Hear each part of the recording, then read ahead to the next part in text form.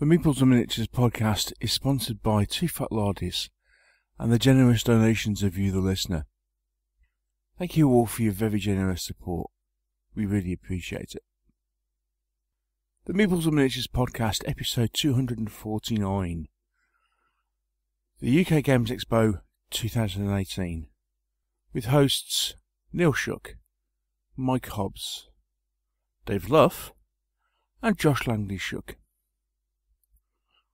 The show was recorded on the 6th of June, 2018.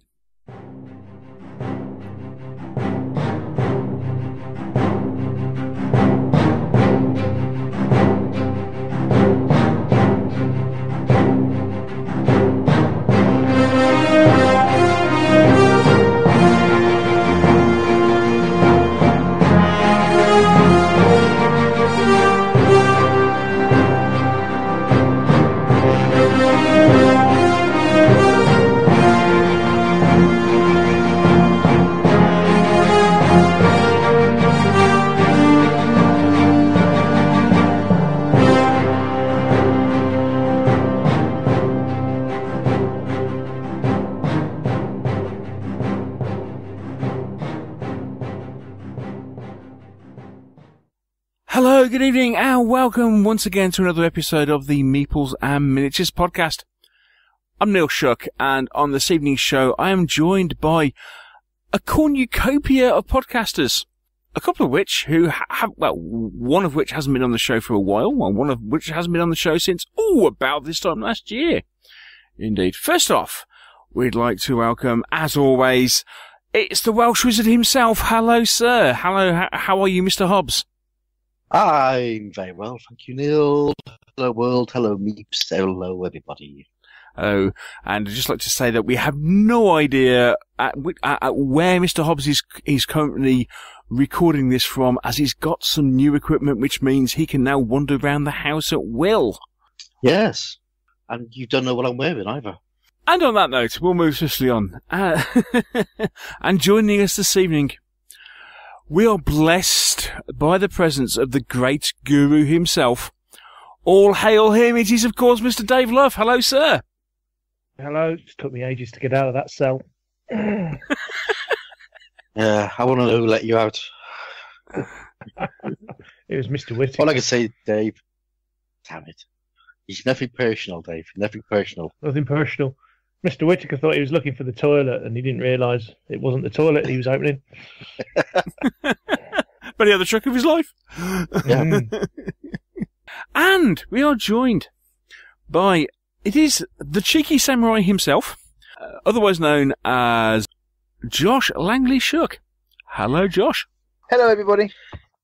I think we need a proper sort of dungeon name for Josh, don't we? I mean, cheeky samurai isn't. I mean, okay, it's slightly Oriental feel, but I mean, they had bit manga. Yeah, The manga. Yeah. But hang on, at what point did samurai appear in D&D? I mean, I certainly played a samurai in D&D at one point. Well, you'd shoehorn one in if it wasn't there. Yeah. Yeah, exactly. Admittedly, in one of my custom quests I've done with some friends, I am a samurai.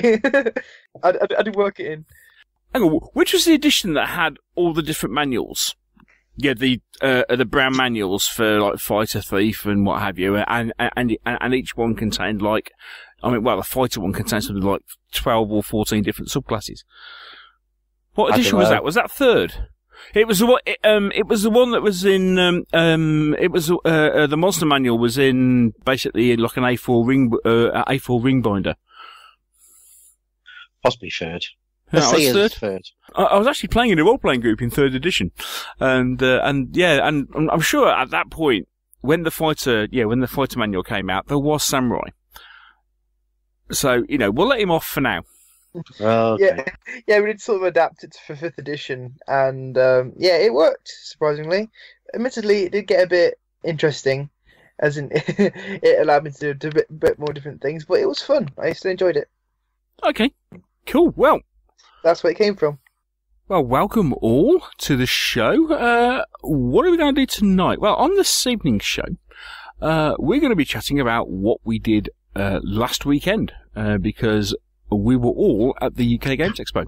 doing various different bits and pieces over the course of the weekend. So we're going to be chatting about the show, our thoughts on the particular show, different bits and pieces on what we were doing, maybe talking about what we bought, and also, we got people who were role playing as well, so, maybe even catch up a little bit on that, just to kind of find out what goes on outside of playing board games at the UK Games Expo. So that's the main thrust of the show. But the first thing we'll do, as always, we will catch up on what we've been up to since we last spoke. So, we'll take a quick break, and when we come back, we'll find out what we've been doing. I don't like it, Sergeant. Me neither, sir. Good Lord, it's really looking pretty bad. Yes, sir. It happens every time, sir. It's too predictable, sir. How far do you think we've advanced, Sergeant?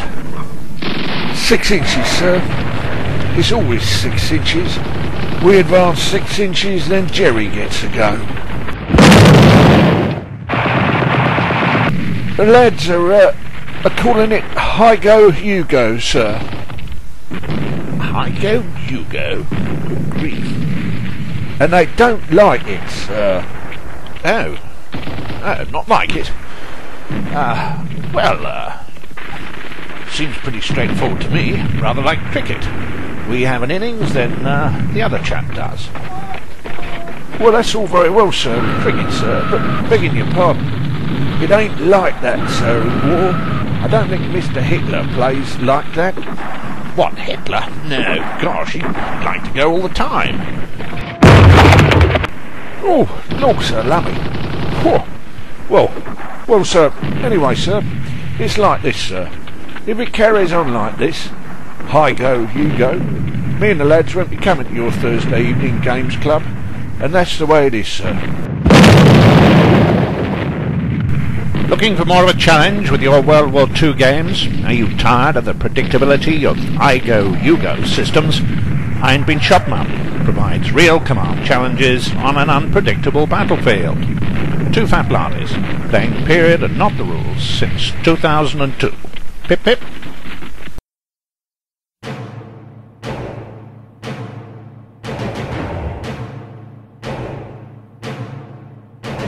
What have we been playing?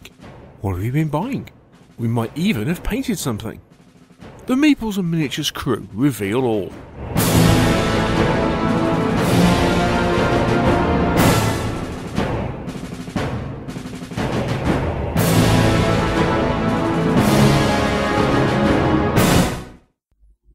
Get on with it. Oh, I've so missed that comment. All hail him. Of course, the thing is, what listeners, what you may not know is that because Dave doesn't tend to listen to the show, other than not even when he's on it, he probably hasn't got a clue what's been going on since. No, some of the minions have been telling me though. Yes, he's or has been somewhat oblivious to the entire cult of Luff. Although, as I say, I think he's been catching on. But that's ironic. So the guru you've been worshipping has no idea he's a guru. Oh, he knows he's the guru. He just doesn't know the level of his guru-ness. Indeed. Yes. So anyway, it is that time when we catch up with what we've been up to since we last spoke to you, which I think was when we last recorded, it was a couple of weeks ago, wasn't it? 2 or 3 weeks ago. So I suppose the first thing we need to do, because it's been ages since he's been on, we'll catch up with Mr. Luff. With me? Oh, crikey. Well, I went and did something which is sort of business related, and I'm trying to relate it into my hobby at some point in time. I went down to the Dulux Decorating Academy in Slough and went to learn how to do gold leaf. So I'm trying to consider whether I need to start gold leafing some figures. What do you reckon, Hobbsy? Oh yeah, that sounds good. Or gold leafed meeples. I've got some Greek. Yeah, I've got some Greek shit you can do if you want. Oh dear, I'm going to shoehorn it in there somewhere. Yeah. Hang on. So that's potentially going to be the most expensive job, the most expensive paint job ever. Yeah. Possibly. Yeah, we'll have to see. Can I? What can I do? What army can I make out of gold leaf? That'd be interesting. Yeah, and what figures to use as well. So apart from that, what have we been doing? Crikey, quite a bit of Dungeon Saga. And then we turned into doing a lot of games, haven't we, recently? Yeah. A hell of a lot of games, in fact. What we've been doing, Neil? I can't even remember. It's that long. You see, this is the problem with gaming with somebody who doesn't keep track of what they do. Well, I used to keep track of what I did when I did board game, geek, but I found it was too geeky and I stopped doing it. So, yeah. Wasn't the last thing you played Water Tanker with each other? Possibly. Oh, quiet. Let's move on quickly. Yes. Abort. Sorry. Oh, dear. Yeah. What's the phrase? Moving swiftly on. Yes. Edit point. Edit point. Josh, you have to come back. That was beautifully done. Edit point. Edit point. Why do you keep saying edit point, Mr. Luff? Edit point. I'm just going to swear in the middle of this bit, so you'll have to edit it out. Oh, yeah, fine, okay. Right, carry on. Now, what's the game you got the other week? What was it with loads of miniatures? Unpainted, of course, but there you go. Well, hang on. It's a board game. Oh, right. With lots of miniatures. Lots of miniatures. Mythic Battles.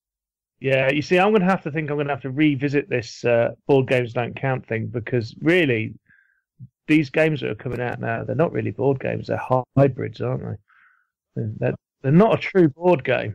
They're a miniatures game on a board. It is a miniature skirmish game on a board. I mean, it has to be said, they were winding me up something shocking on this one. Can you interjecting. believe it, Mr. Hobbs? Nothing. I'm still trying to get over the last the last corpse that I just happened to fall into. Yeah, sorry. Yes, because obviously it's a case of, because the print, some of the artwork and the printing and what have I bears, I don't know, would you say more than a passing resemblance to Conan? No. What made you think that? I'd say more than a passing resemblance. Yes. Yeah, the gameplay is different. Oh yeah, the gameplay is really different, but at the point where we were getting all the figures out and then opening the board, everybody was yelling, "It's just Conan!"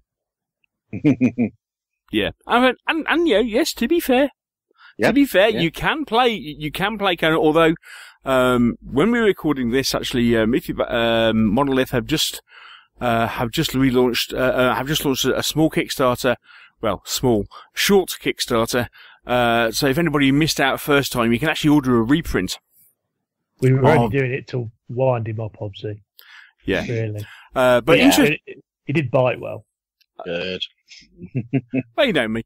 But interestingly, actually, on the reprint, they're not reprinting the Conan crossover. That's an interesting one. Anyway, yes. So we were playing Mythic Battles.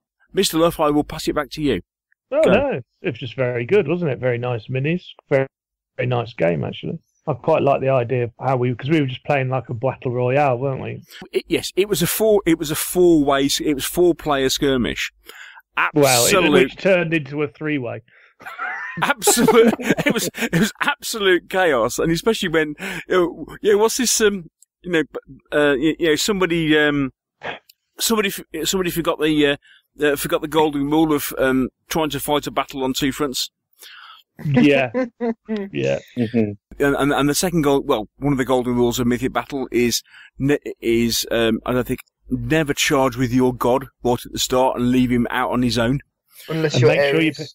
Make sure you pick those raspberries up. Yeah. No, he was playing Ares. The problem was he was miles away from any support, and that is a problem. and then got attacked by Cerberus. Yeah, that'll do you it. told me about this. Yeah. And a few lightning bolts from Zeus. Oh yeah, a few lightning bolts. Yeah, it was Zeus and Cerberus ganged up on him, and it didn't last long. But so you did actually quite like it then? Oh yeah, it was a very good game actually. I want to play that again. I liked it. Cool. Well, Yeah.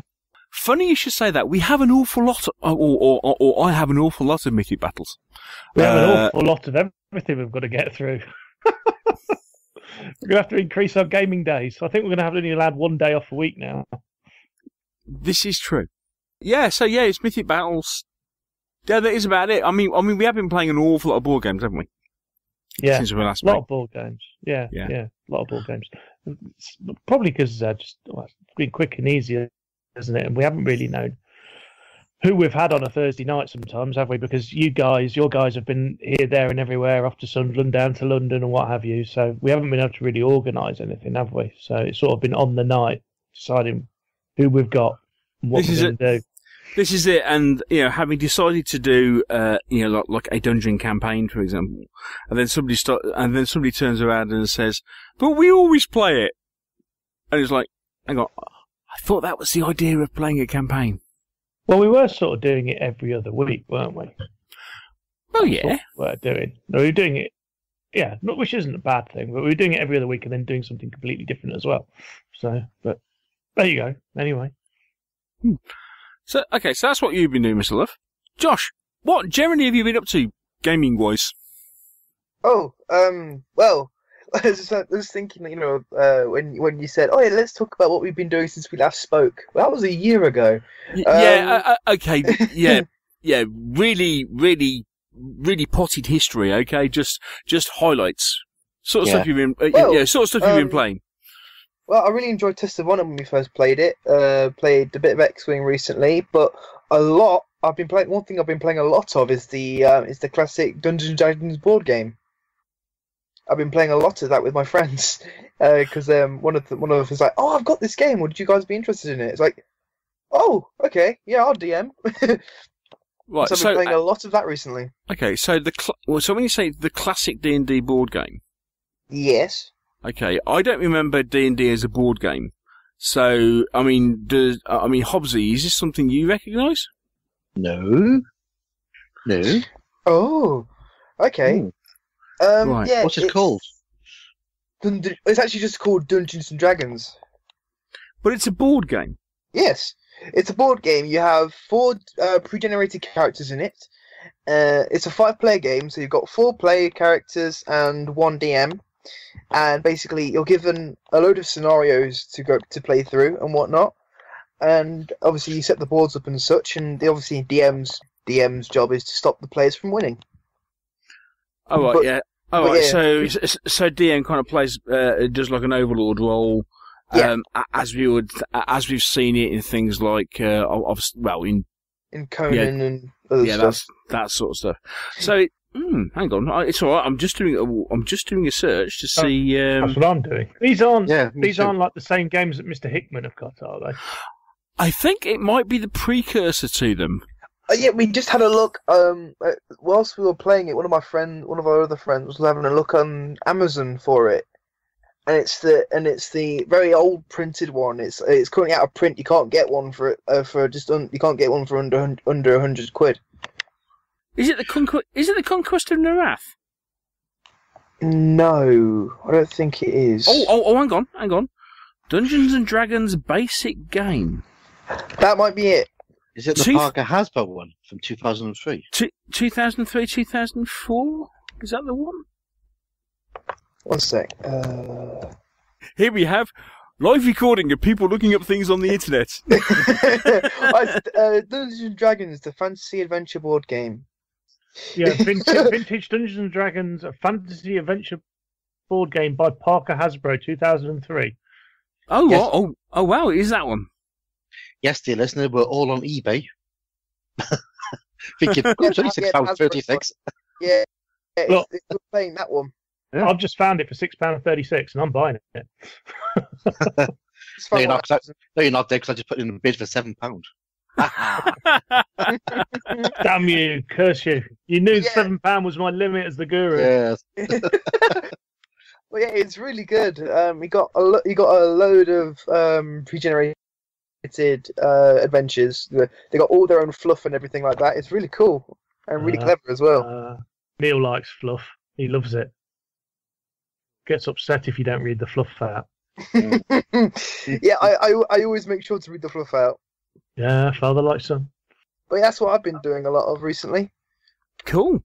Okay, so that leads us on to Mr. Hobbs. What have you been doing?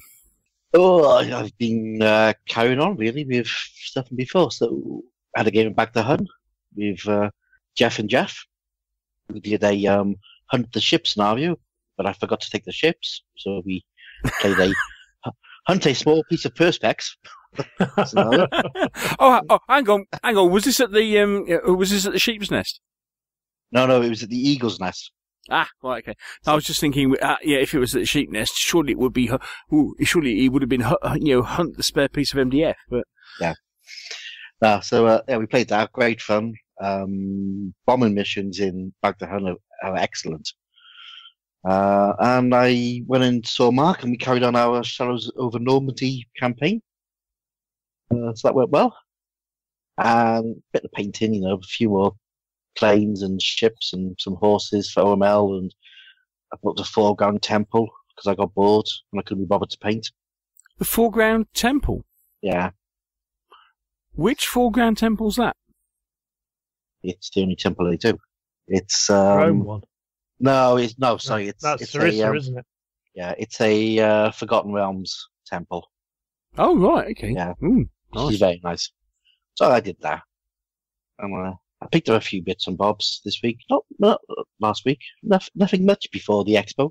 I got a hex map from Tiny Terrain. And was this for Back of the Hun? Yes, this is for Back the Hunt. This is for Games Over the Sea. I'm going to get another one, I think, from Deep Cut Studios. They do a really nice sort of battlefield one. Which looks with the clouds and stuff. No, this is. It looks like it's meant to be for Russia, so it's very steppy. There's a few fields, but I think it'll be perfect for Italy or Malta or sort of part of North Africa. Very nice. Yeah, I'm looking forward to seeing that. Ed is going to be on along at OML for me to have a look at. So, oh, cool. Yeah, and I bought my ticket for Grog Meet 18. What on earth is that then? Well, I've started this long descent into role playing. the very best of descents. Go on. Yes. Yeah, but yes, this long descent, which got spoiler alert, bigger and steeper. But carry on. Yeah, more of this later.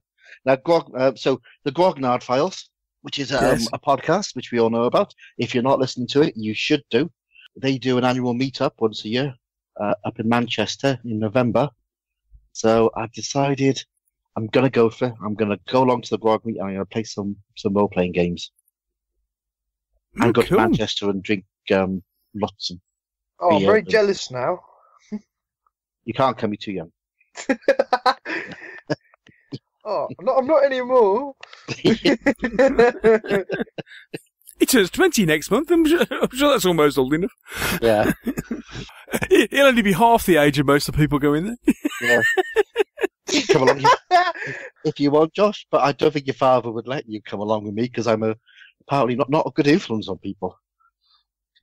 Well, I'm hardly a good. Oh well.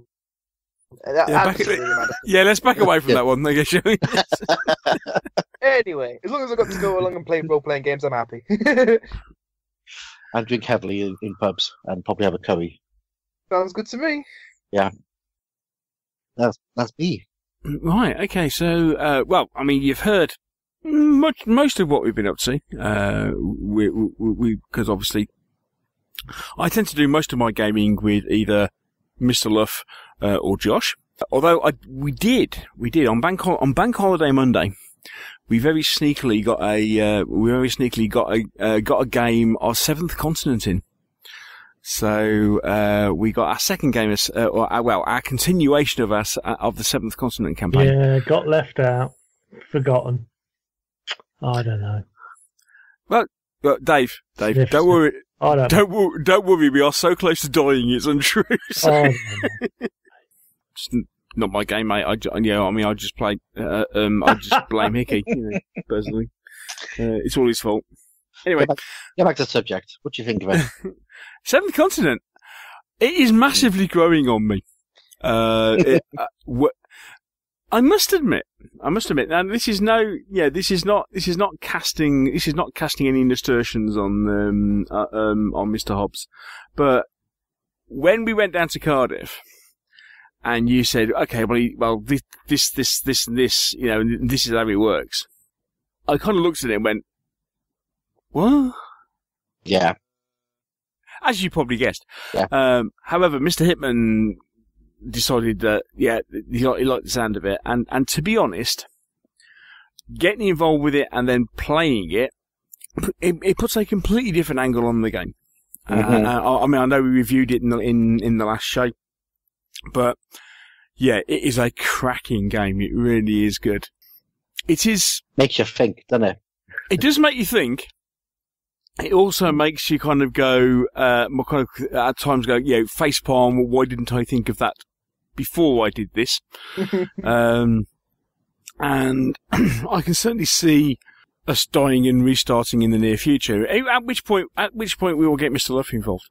But it's really interesting. It is a really interesting game. I mean, why anybody would be mad enough to start playing with more than one curse, I do not know. Just to interrupt, sorry, because I have no idea what Seventh Nation is, so would you be able to tell me what it is? Seventh Continent. That's Okay. it. Not nation, continent. Yeah, you can go listen to the last podcast. Indeed, yes. Episode 248, our review of Seventh Continent. Okay. Bottom line is, it's a tile laying adventure and exploration. Well, it's an adventure game. A bit like a board game version of a choose your own adventure. Oh, okay. But with lots of extra bells and whistles. Oh, okay. Well, thank you. I'll make sure to check it out in the make sure to check out the podcast. Yeah. Cool. Really, really impressed with it. Other than that, and obviously the UK Games Expo, it's been preparation for Market Lardon, which is happening on this coming weekend as we're recording this show. I've been painting. Dun dun dun. I've been painting Ashigaru and Samurai. I've been making trees. I've been making more trees because I was, as well as doing those bonsai, which I made some. I forget where he was. I think it was on. I think it might have been on either the Test of Honor Facebook page or the Feudal Japan one. Somebody basically mentioned, why not? If you wanted like an Oriental looking tree, why not use a plastic bonsai tree? And they'd show where to get it from and everything. And basically, you order them from China. But basically, you just cut the bottom off, stick them on a base, and actually, they didn't look too bad at all. So I did a few of those. Ordered some cherry blossom trees from Troll Trader, which are, they're all right, they're okay. But yeah, got some of those, based those up. Ended up using, because I've been having a sort out. And it almost seems to be a perpetual sort out at the moment, and found quite a few bases. Although apparently I haven't got anywhere near as many bases as Mr. Hobbs has. Isn't that right, sir? I got a couple. He's got a couple of boxes more than I have. I don't like putting out bases, so I bulk buy. Yes. Yes. Well, yeah. I thought I had a lot when I filled a 9-litre useful box worth of plastic bases, and then and then Hobbsy went, yes. Hobbsy did a Crocodile Dundee on me. Yeah. It is. It says that's not a box of bases. This is a box of bases. And thud. Yeah. Oh yeah. Anyway, but in those, the GW plastic flying bases. Yeah. The bigger round ones. Mm-hmm. They're ideal. They're ideal for A lot of the plastic trees basically don't come with a base. They have like a plastic spigot that comes out the bottom of the trunk. Yeah. And funny enough, it's almost exactly the right diameter to go through a GW plastic base, and it's like I think they're 50 mil round. Make ideal base tree bases. So made a few of those and painted some buildings. Cool. So that's all ready for Market Laden, which is happening this weekend. So yeah, been quite industrious. And this is all stuff that Luff is kind of going, I didn't know who was doing this. I've not seen this. I've not seen that. Dave, you'll get to see all this on Thursday night. All being well. Left out the loop. Why? You bringing it? Why? Because all being well, you're playtesting the scenario that we're doing on Saturday on Thursday night. Oh. Be still my beating heart. Good luck, Dave. Gonna need it. Yeah. It's Neil with a set of rules he hasn't played before. Yeah. It'll be fine. Honest. Right. So, is that everything we've been up to then, guys? Yep. That's a lot. Other than the 3 days we spent away.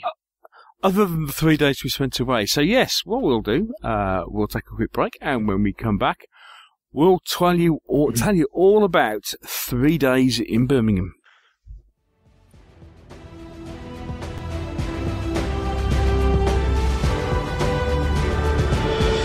We hope that you're enjoying this episode of the Meeples and Miniatures podcast. If you are, would you like to support us? There's a couple of ways of doing so. You can become a patron of the show by supporting us on our Patreon page. There you can give regularly every time we produce a show. Alternatively, you may want to give a one-off donation, and you can do that by using PayPal. For more details on both these options, please click on the Donate tab on our website www.meeplesandminiatures.co.uk.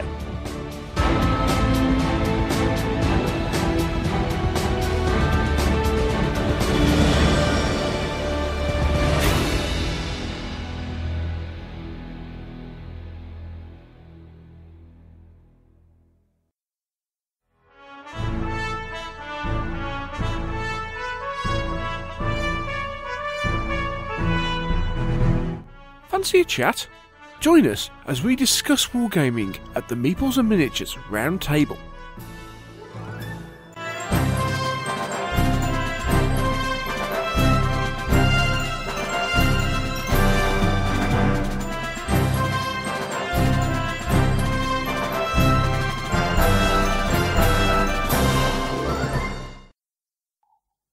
Right, so we are just recovering. I say recovering because it did seem to be quite a long weekend from last weekend where we all attended UK Games Expo for 3 days. Now, normally, I think up until this year, I've been the only one that's gone to the UK Games Expo for more than a single day. But after last year, I forget who shouted up and said, "Oh, let's do all 3 days and just wander around together." I think that might have been I think that might have been a certain Welshman. Yeah. Yes. So basically, it was decided that we do all 3 days, and then it was further decided, I think, by the Welshman that we wouldn't be doing press. I think you were quite forthright in that, if I remember rightly. No, I think I just sort of said that I'm not doing press because I want to go and enjoy myself. Indeed. It's not that doing press isn't enjoyable, but it is actually quite hard work, especially since, unlike some shows, the guys at the expo, when they turn around and say they'll give you a press pass, they do expect you to do some work for it, funnily enough. So yeah, I'm not complaining about that. That's perfectly fine. They actually do a very good job with the press corps. But yeah, I think it was the first time I've been and not worried about like grabbing interviews and stuff with people for ever, almost. I think I've kind of wandered around with a microphone for most years I've been to UK Games Expo. So yeah, it was a refreshing change to spend 3 days without a microphone, still chatting to people, of course, but wandering around. So for those people who still haven't got a clue what the Expo is, 3 days, National Exhibition Centre in National Exhibition Centre and the Hilton Metropole in Birmingham, basically taken over by all things tabletop gaming.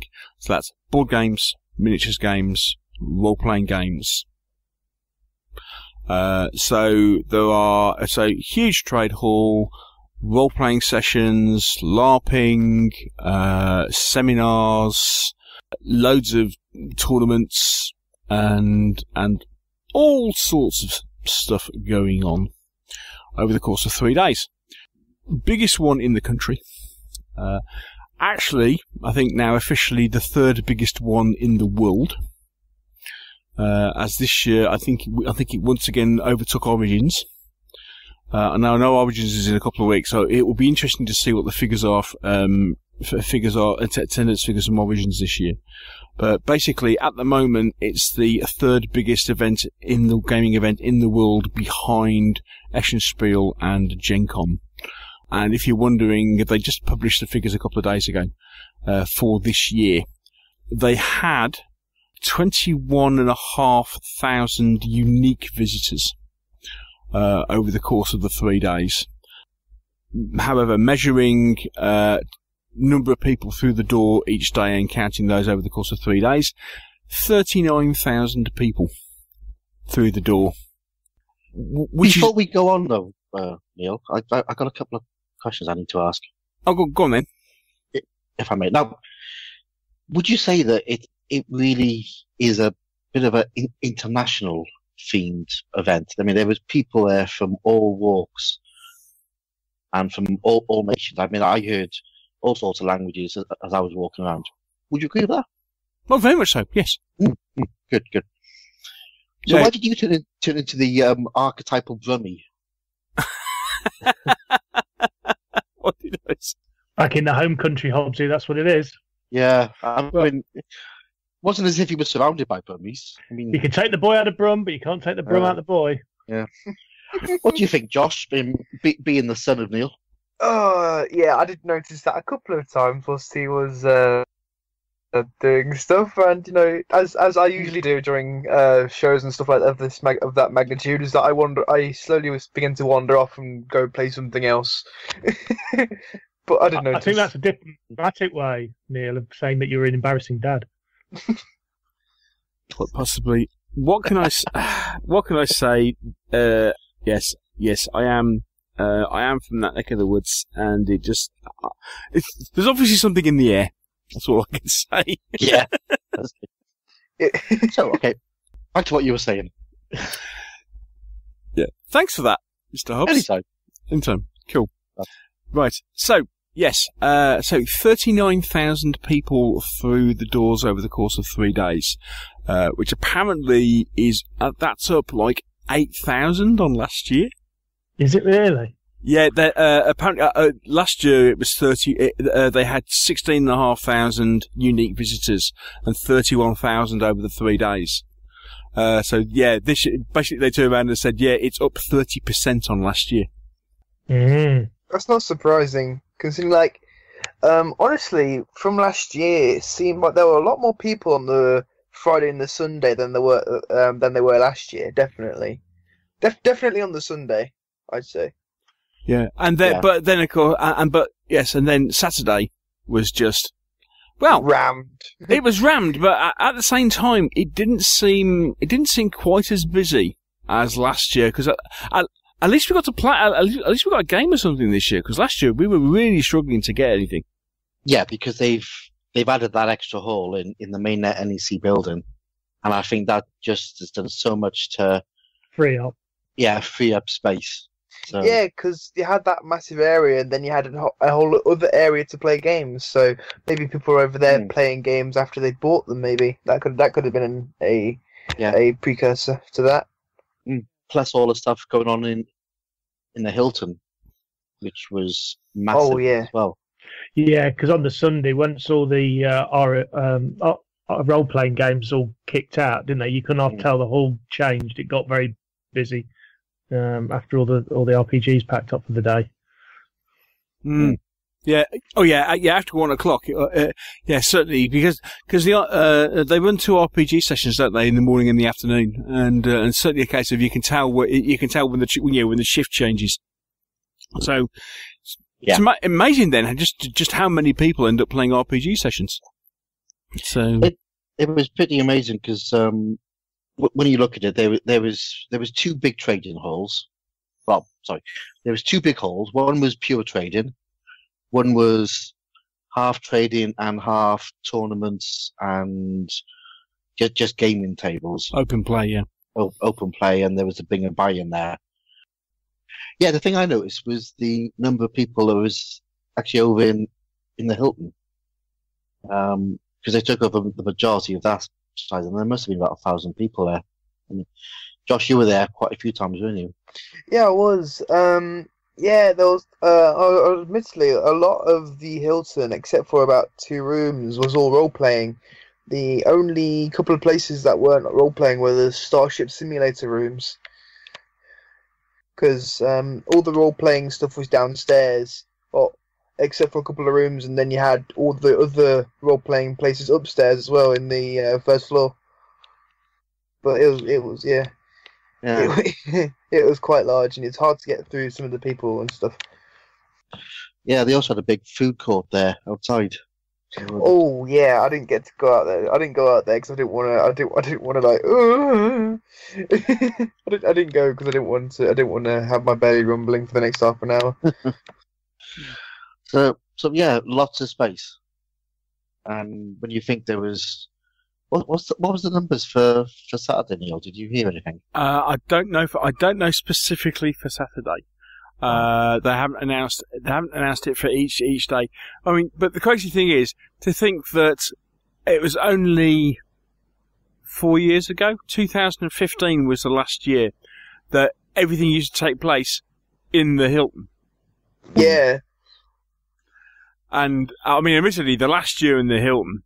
Was I think you were there that year, weren't you, David? And you basically you just couldn't move, could you? No, it was terrible. You couldn't think of a worse place to have it, really. Yeah, I mean, obviously now it's moved across the road, and they're just using the Hilton for parts of the show. It makes life an awful lot easier. But as I say, the last year it was just in the Hilton. It was yeah.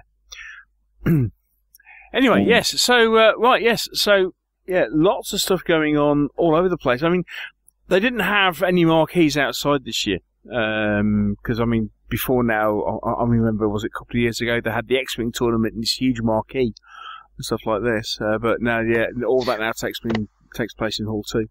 Yeah, didn't they have the marquee? I swear they had the marquee out when the last year they did it at the Hilton. Yeah, because obviously all the rooms were taken up, so they had to have the marquee outside.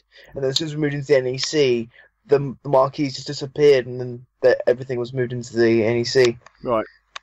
Cool. Yeah, because they've got that huge area now in Hall 2, which is for tournaments. There were some wargame tournaments there being played as well. There was Morty McGlorium. I think it was a DBA tournament there. Might be a few others. It's interesting to see. Actually, there's something we can probably talk about is there was a lot more war game suppliers there this year than I've seen before. Yeah, I've only been once. Okay. Okay. So let's talk about our general overall impressions at the show before we go on to specifics of what we got up to. As people who it's the first time you've been for multiple days, Dave and Mike. So it's the first time you've been for more than one day. What did you think of the 3-day experience as opposed to just going for one day? What was good and also what was bad? Go on, Dave. Me? Okay. I suppose the good thing is on the it's definitely going on the Friday is quite good because a lot of the game suppliers run out of games very quickly. especially some of the games that are very well priced, let's say. And also on a Friday, it's quite easier to get round and get a game in, really. Sit down and play a game. Saturday, I always think, is really a wandering around day. Don't have any expectations to get to any games, because there's a chance that you won't, because obviously Saturday's being their busiest day. But I mean, we did quite well this Saturday, didn't we, this year? And we managed to get on everything that we wanted to do on this. I think that was more luck than anything, because we were just in the right place at the right time when the table came free. It's a lot better going for 3 days, because you don't feel so rushed. But in another way, 3 days can end up being just that little bit too much, if you know what I mean. I think, in some respects. Yeah. I mean, Sunday's a very good day as well. I mean, probably ideally, I mean, the best days I would say to go, which is funny enough, they don't do a ticket for, is to go on the Friday and go on the Sunday. All right, so actually missed the Saturday out completely. Yeah, possibly. I mean, not because Sunday isn't any good, because it's not. It is a good day, but it's just it's almost like if you went for 2 days, I think that's enough, but possibly you could be left wanting a little bit more, if you know what I mean. So maybe that's a good thing. Always leave them wanting more. I think for 3 days, if I was just stuck in the trade halls for 3 days, it would probably do my head in. So I think you need to spend the time doing other things. Yeah, so, that's what I've thought. Maybe next year on the Saturday we should all go and do a role playing game all together. That'd be funny. Yeah. That would be awesome. Yeah, because there are seminars there which are very good, which we didn't get to. As you say, there's a role playing sessions. There's some board game sessions. So I think if you set time aside to do other stuff, and then probably spend 1 full and 2 half days in the traders hall, that would fit in really well. I mean, I really enjoyed that break I had on Sunday. That just sort of made it for me. Yeah. So, but yeah, there's so much there to do, and I think, yeah, get out and do it. That's the thing. You don't get that much chance. So, I know it sounds daft already, but I think there is so much going on that even now it's almost like you're struggling to get to do everything you want to in the space of 3 days. This year, I kind of thought, well, okay, let's just kind of go along and basically see what happens. There were a couple of games that I wanted to play which you couldn't get close to. I think Solomon Kane was probably one of those that just basically every time you went past it, there just wasn't a table available. Even when we did the Sunday morning run, which we'll talk about later, that was the first thing that went, or so it seemed. So I think it's definitely a case of, you have to have set in your mind what you want to do, or the sort of thing you want to do. It's like, okay, if there are particular games that you want to see, that you want to go and have a look at, and they are very good on their publicity. They are very good at saying, okay, right, this is what is going on. I think you need to plan to say, right, okay, I need to go to visit booths, whatever, and actually plan it out. It's getting to I think there are over 350 exhibitors, I think. Something like that. Something like that. So even over the space of 3 days, it is difficult to get round everybody. I mean, basically, I think we did a bit of a whistle-stop tour on Friday, and then spent a lot of Saturday wandering around looking for people. And even then, it's like you've seen somebody and say, "Okay, well, I'll go back to them." It's getting to the point where sometimes you're going to think they're around here somewhere. Yeah. You're in the kind of general area, because I mean, it's basically set up. There's lots of basically it's a whole grid, square grid of layout, and you kind of go, well, okay, we're around here somewhere, but it's very easy to get turned around, go up wrong avenues, So to my mind, I'm thinking even at 3 days, yes, you could spend all 3 days in the trade hall, but as you say, actually taking that break, taking a bit of time out, is probably a good thing. The one thing that was I thought there was a fantastic positive buzz around the trade hall. One thing that is talked about at Salute, for example, is the fact that actually it's really noisy, but it seems to be noisy in a negative way. Noisy in a sort of deafening way. Yeah, as opposed to, I thought there was a real kind of hubbub and buzz about the trade hall. Yeah. I mean, the thing I really liked was it's what we noticed last year was all the trade halls. They all had space to play the games that they were selling, and they're all really, really positive and enthusiastic about the games. You mean it's a bit more modern? Not loads of blokes with beards and open-toed sandals. Yes. It's a hell of a mix. I mean. Hell of a mix. Yeah. All ages. The demographic between men and women and girls and boys was about 50-50 as far as I could see. A lot of families. Yeah, it's definitely more family friendly because obviously all the dads want to come, but now they've actually got when I went up to Hall 2, they actually had a whole area for kids who want to play board games and whatnot. It was actually really cool. Yeah, Hall 2 was a real revolution, wasn't it? Revelation. Because there was a lot of indie games in there. There was artists in there. There was all sorts of stuff going on. Yeah, it was quite an interesting mix because it was I mean basically between Hall 2 and Hall 1 there's basically a flight of stairs, and it's just linked, so Hall 1 was kind of very much the mainstream sort of thing, wasn't it? Primarily. Yeah. Lots of big stands.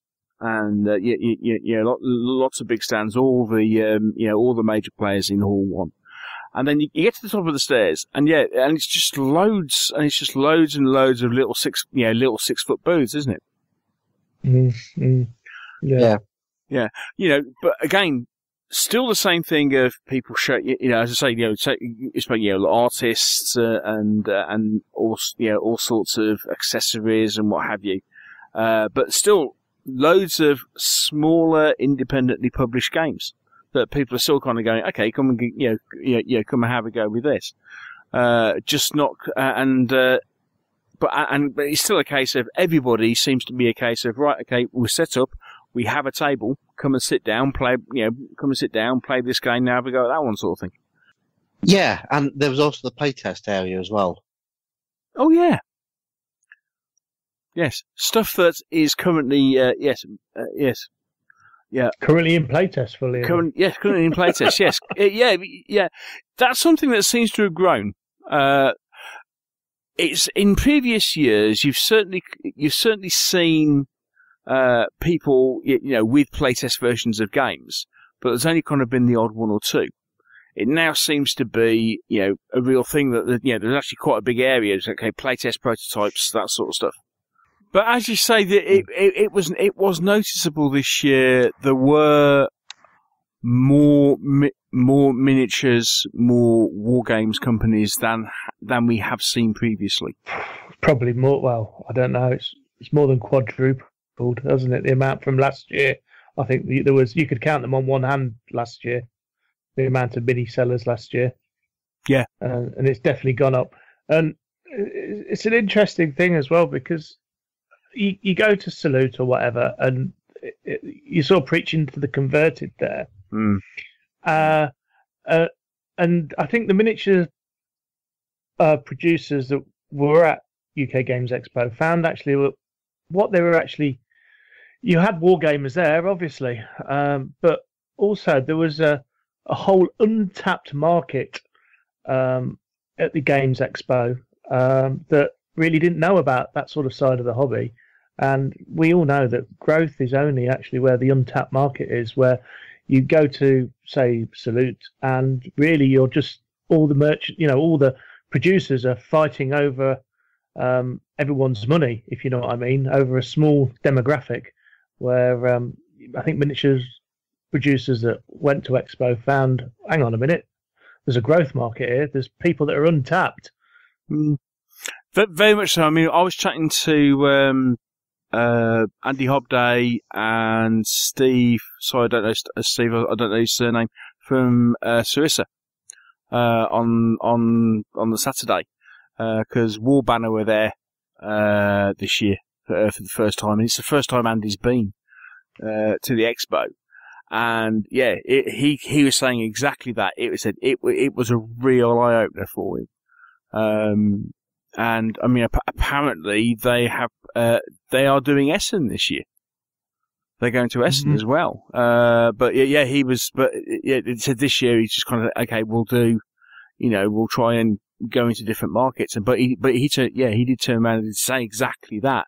He said it's not just the fact that, it is, well, what we're looking at now, probably 5 or 6 times bigger than Salute.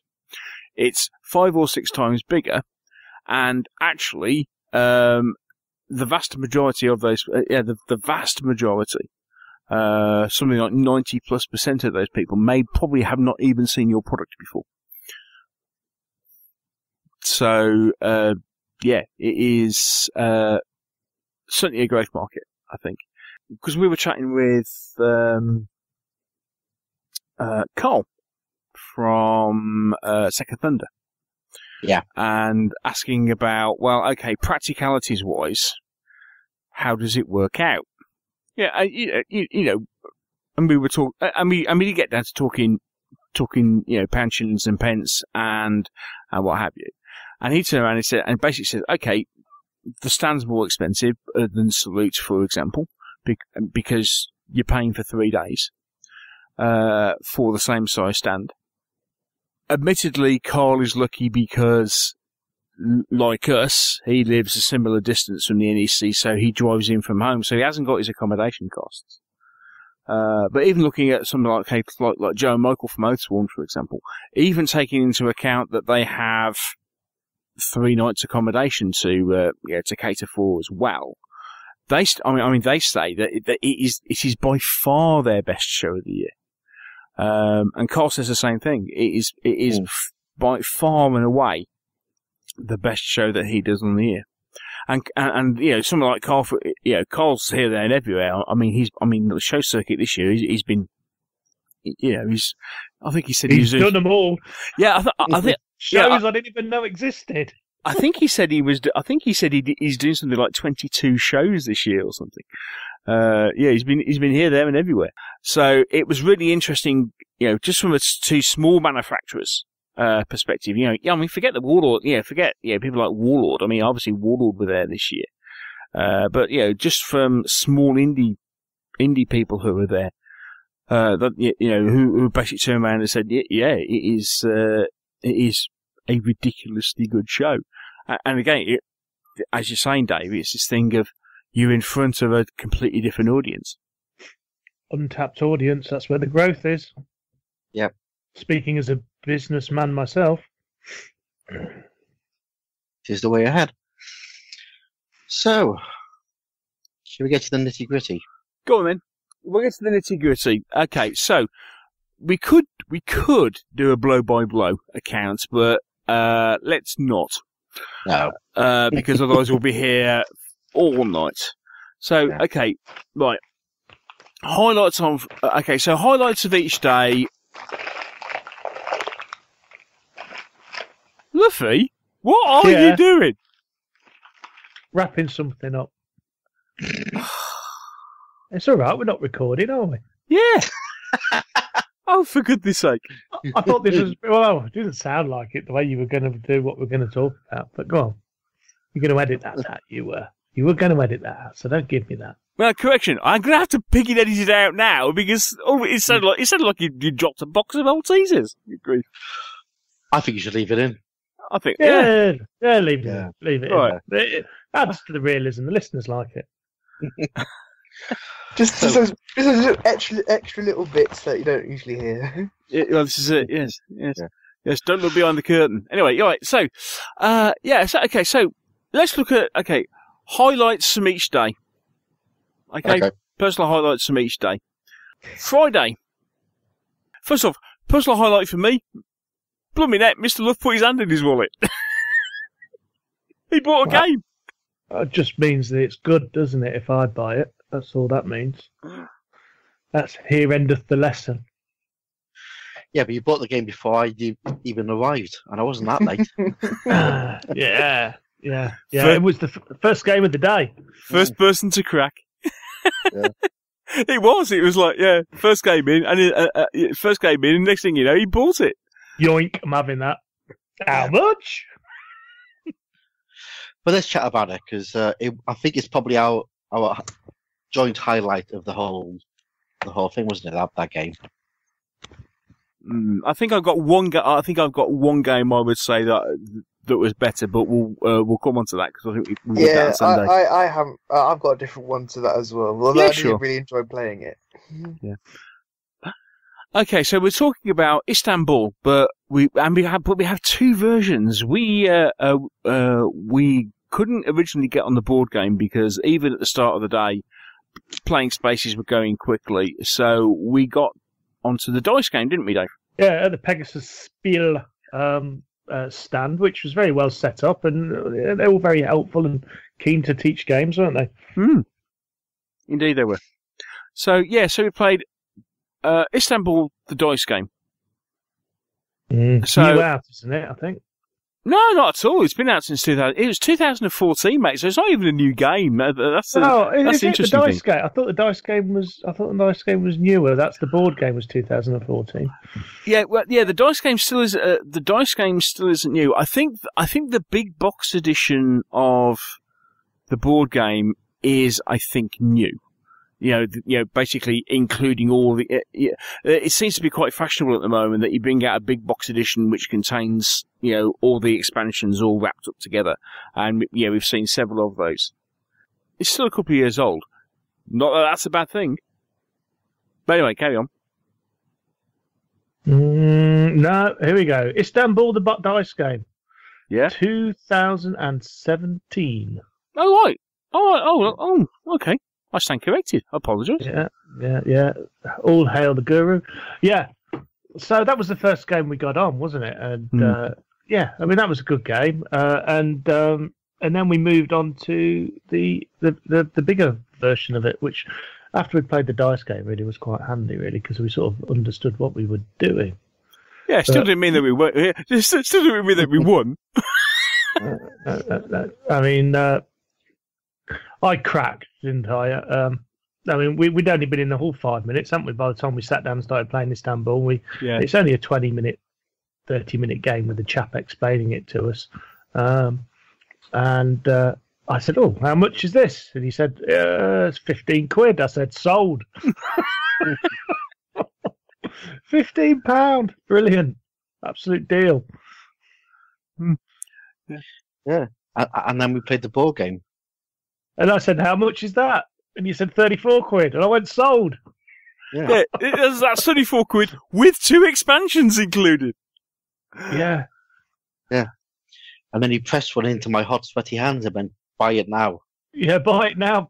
I mean, by this stage, what were we doing? We'd wandered off, hadn't we? And we'd come back because we were waiting for a table. But we were only talking an hour or two, weren't we? Yeah. And we played that game, and then I got up and was like, "I'm buying this." And then it was like, "Neil, tell Hobbsy there's only a couple left." This was it. Yeah, Hobbsy was I'll wait till the end of the day. Yeah, I wandered down.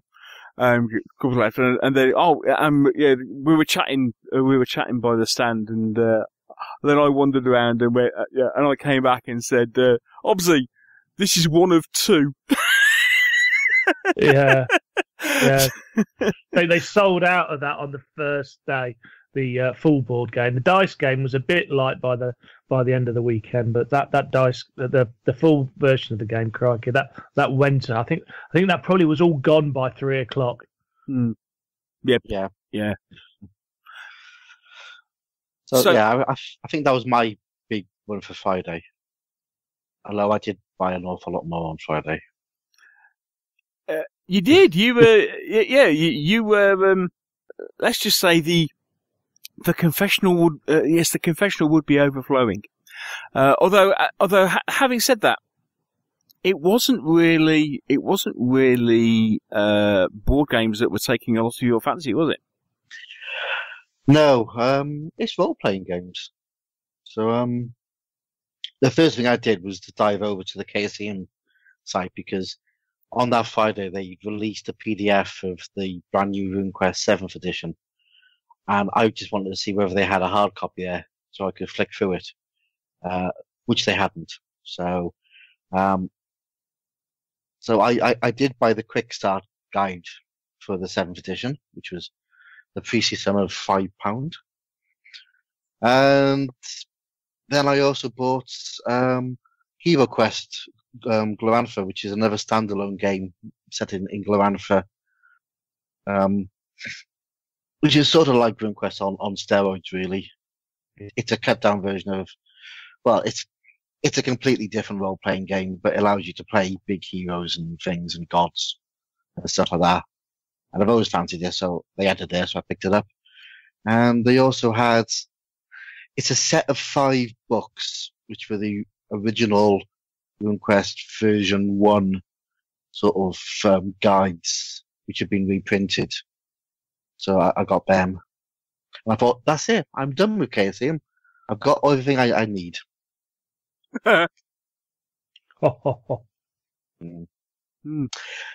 Yeah. Then we bumped into Paul Baldwin. Hi, Paul. Hi, Paul. Yeah, and we were chatting, and he went, "Oh, there's a copy of Deluxe Tunnels and Trolls over on the Leisure Games stand." So 30 seconds later, Tunnels and Trolls. Boy, that's going back a bit. God. Yeah, it's another game from my past, which I only played once. I never had a copy of it. And they re-released this deluxe version, I think, this year. And it's it must be about 500 pages. And they had it at Leisure Games for £40. So I picked that one up straight away. Then, this is all Friday. There's more. There's more. Then, I got dragged over to the Elite Dangerous stand because Mr. Luff told me that they had a game of battle cards. So we're gonna have a look at that. This is all Luffy's fault. Yeah. Unfortunately, we couldn't get on there, but they did have the Elite Dangerous role-playing game, and anyone want to take a guess at what happened next? It was a nice cover. It's a lovely cover. It's a lovely book. I've had a little flick through it and some nice little mechanics in there. Very story-orientated, narrative sort of role-playing game. So yeah, so I got that. So I bought the 3 role-playing games. I thought, that's great. I'll go RuneQuest, Hero Quest, bit of Tunnels and Trolls for nostalgia, and Elite Dangerous, which is a nice sort of a newer version of sort of Traveller, shall we say. So it's a nice sci-fi exploration role-playing game. Perfect. All sorted. Brilliant. Who else bought stuff? Well, hang on. Right, before we go on to who else bought stuff, Josh, what was your highlight for Friday? Honestly, my highlight for Friday was the D&D session I played. Okay, cool. So it was the last thing I did of the day, but it was awesome. So what version were you playing? We're playing 5th edition. We're playing 5th edition D&D. Yeah. And basically, I turned up with a character that I'd got, but the thing is, he didn't need them, so he had characters set up and stuff like that.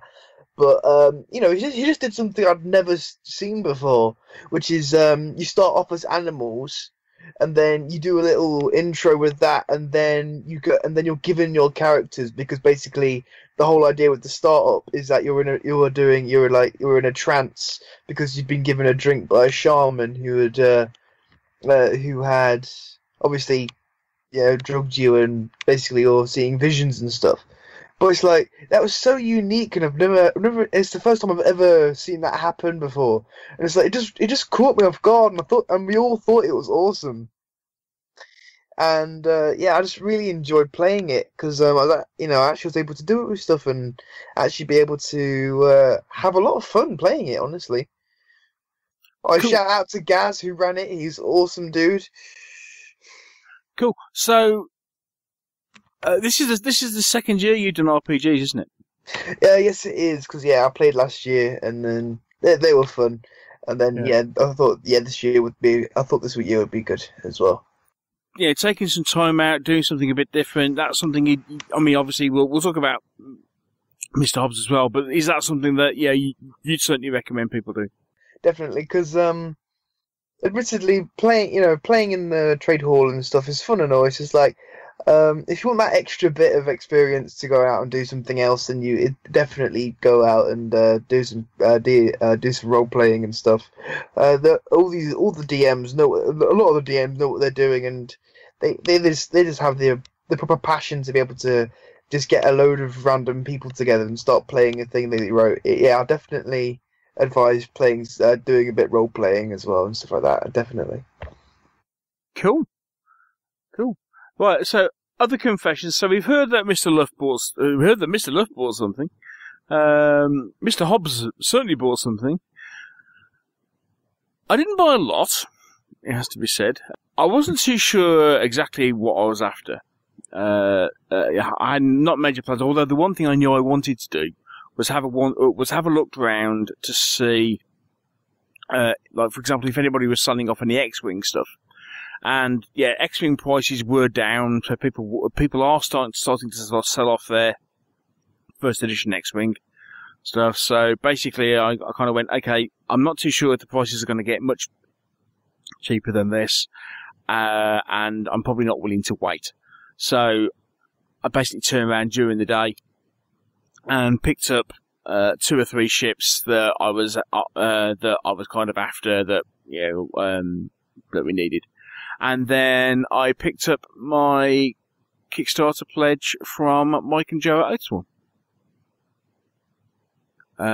So I was quite restrained on the Friday. All things considered. Wasn't there something else you did at Oatsworn? Yeah. We'll come back to that. I didn't pay for it on the Friday, so that doesn't count. Oh, okay, yeah, that's fine then. Yeah, we'll come back to that. Yeah. So that was, so lots of games played. Although we did tend to kind of gravitate and hover around the Pegasus Spiel stand because Mr. Luff kept dragging us back there. Didn't you, Dave? Well, it was an easy place to get games, wasn't it? When other places were full, that was the thing. Yeah, it was noticeable. They had lots of tables, and there was lots of room, and it was noticeable that by the middle of the day, even on the Friday, it was, you couldn't just walk up somewhere and grab a game. Or most places you couldn't just do it. So, but at least we got several games in. And some good ones. So that was that. So that was Friday. So Saturday, guys. What do we think of Saturday? What was your standout and confessional time for Saturday? Over to Dave. Oh, me again. Yeah. I didn't buy anything on Saturday, so there you go. So there's my confession. Yeah. I just wandered around, didn't I, Saturday? Very much so. It was, we played, we played a few games. Yeah, obviously, there's a particular game that Mr. Luff doesn't seem to be talking about. I can't imagine why. What game was that? Can you, Mr. Hobbs? Which game's that? Colt Express. Oh, God, Bennett. Yeah. Oh, I saw that. Yeah, I saw that with the. It had all the miniatures were enlarged. It was the deluxe. The thing they had on demo was the deluxe edition, which the normal version it's much smaller, and you play with meeples. They only pick on me because I'm small, obviously. Yeah, I thought it was disgusting, Dave, that that Neil and Hickey, they just picked on you all the way through. They always do. It's lucky I win a game these days because both of them just gang up against me now. Yeah, I mean, I only shot you twice, but that was by accident. It was shooting. Yeah. Only twice. Well, you were aiming at Neil but missed. That was it. That was it. I mean, I must admit, from a game highlight point of view, that was one of my favourites because the last time I played Colt Express we were still at Scimitar, Dave, so it was probably about 4 years ago. And the rest. Yeah, and I seem to remember that this was a really good game. And that is one of those things that, having played it, it was like, yeah, this is definitely going on the shopping list because we had a bit of a laugh. It was on your shopping list. Yeah, I didn't end up buying it. There was loads up for sale. They were quite good prices. I will come back to it because got distracted with other things. We got distracted by what I ended up paying for on Sunday, but that was already kind of in the back of my mind. So I want you to be distracted. My budget was limited, but it's certainly gone on the shopping list because that's a lot of fun. I mean, it's a fairly light game, but like Colt Express, it's you're robbing a train, but the thing is, it's programmed movement. So it's like, you're taking like you're doing like 5 actions in a turn. Everybody takes 1 action at a time.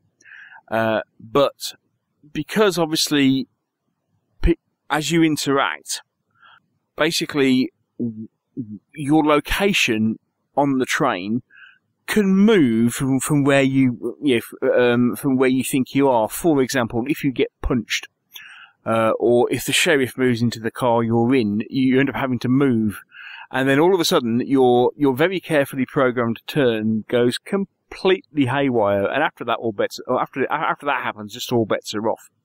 Just got bullied. Yeah, but it just so happened that even when things went wrong, it always seemed to be a case of when everybody shot somebody, it was always Dave they ended up shooting. With only a couple of exceptions, but it was a scream. So yeah, Colt Express, I really enjoyed. I'll say one other thing actually, and that was it was a bit of a disappointment. Subterra. Now, Subterra was a big hit of last year's show. And it's a cooperative survival game.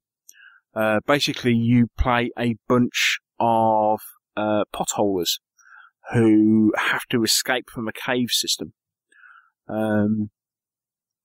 And deal with all sorts of hazards, plus potentially, bad things. So at one point it turns into like, The Descent, the board game, if you've ever seen that film.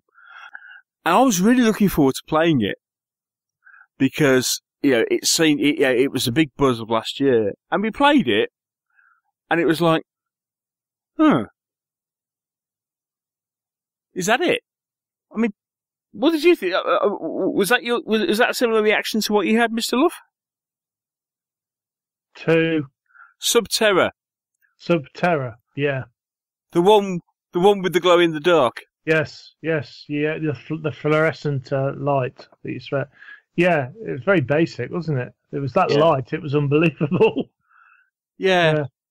I could imagine it might get better when you get more things happening. but it washed over you. Yeah, a bit meh. Looked lovely. It was just a bit meh. Yeah, nice idea. You know what I've just found though on Board Game Geek, Neil? What's that? Colt Express Premium Playmat. Premium playmat? Colt Express Premium Playmat. Ooh. Right, okay. $18. Mm-hmm. And those lovely people at Board Game Geek. Yeah. Yes. £23 on Amazon. Oh, you found it on Amazon, have you? What? I wasn't. What? Just normal Colt Express? Yeah. All right. Yeah, this is the Premium Playmat. Yeah, there were a couple of expansions for it as well. You can get a stagecoach and you get a stagecoach and all things for it now. A station. I think it has to be done at some point. It has to be done because it was a screen. Although, I don't know. I mean, come back to it. So, Mr. Hobbs, what was your highlight for Saturday? Same as you, really. I enjoyed wandering around. Colt Express was fun. I think we all went into Saturday thinking it's going to be rammed. We're not going to get anything done here. It's going to be almost like a wasted day, and it wasn't. And we had more time. We did have that nice little wander up into the second floor. Dave obviously bought the hottest pasty in Christendom. Oh my word! That was just ridiculous. It was which volcanic. Which was just funny. 20 minutes watching a bloke attempting to take a single bite out of a pasty. Yeah. Well, it was both of us, wasn't it? Yeah, you and Dave. We had a demo of Gangs of Rome, which was quite fun. Yeah, still not got my head around that. Neil's going to teach me, apparently. Yeah, he's got to teach me as well, because my demo wasn't that great at it either.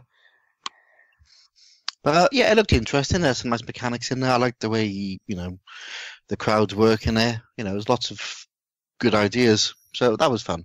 Keep away from those slings. Oh, yeah. Dave killed me with a sling. Is it slings and arrows that outrageous fortune? Is that? That's right, yeah. But they seem to have everything covered in there. You can't just take a warband full of ranged weapons. You've got to have a selection. But yeah, it's a nice, fun game. And if I hadn't had another load of skirmish games, I'd probably be interested, but I'm being good. I'm impressed. I did wander back to the KSM site stall and came away with Call of Cthulhu Quick Start Guide and a solo adventure. Yes. A quick shout out to Jeff. Hello, Jeff. You're a git. Of course. I like it. For that comment. For that single comment. Which was originally was very funny, but Which comment was that? Oh, yeah, that one, yeah. But about the cover of the cover of the Cthulhu book. Yeah. Oh, has Neil been playing that? House in Flames. Yeah.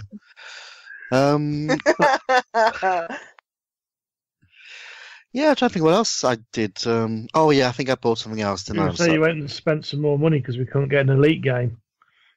Yeah. Because I went, oh, look at these, Hobbsy. These are really good.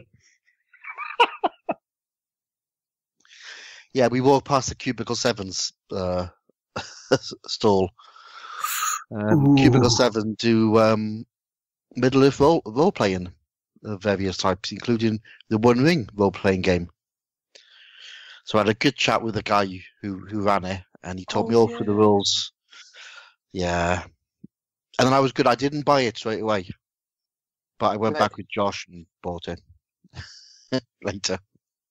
They're really nicely produced, aren't they? The books, though, they are gorgeous. They really are, and the rules are fun. The rules are really nice. Oh dear! Now you're gonna want me to want a game now. It's Role-playing Middle-earth is quite complicated, I think, because you can't just do a standard, D&D hack and slay Yeah. game. Mm-hmm. You've got to try and capture the feeling of Middle-earth. The ambience. Yes, and the way the books work, and they've done that really well in the One Ring. It's very narrative-y, drawn. Because it's really broke down, isn't it?